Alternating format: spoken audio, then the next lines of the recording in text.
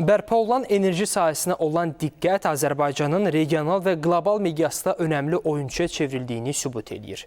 Bunu Azərbaycan rəhbərliyi ilə səhər yeməyində iştirak edən H Advisors şirkətinin ictimai məsələləri üzrə sədri Demian Potter ATV Xəbərə ekskluziv müsahibəsində deyib.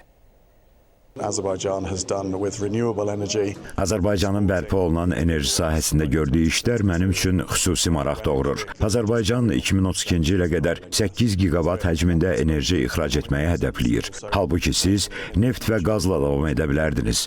Lakin bunu həm iqtisadi səbəblərə görə, həm də gələcəkdə bərpa olunan enerjinin portfelinin vacib hissəsi olacağını anlayaraq edirsiniz. Sizin atdığınız bu addım qonşu ölkələr üçün bir nümunədir.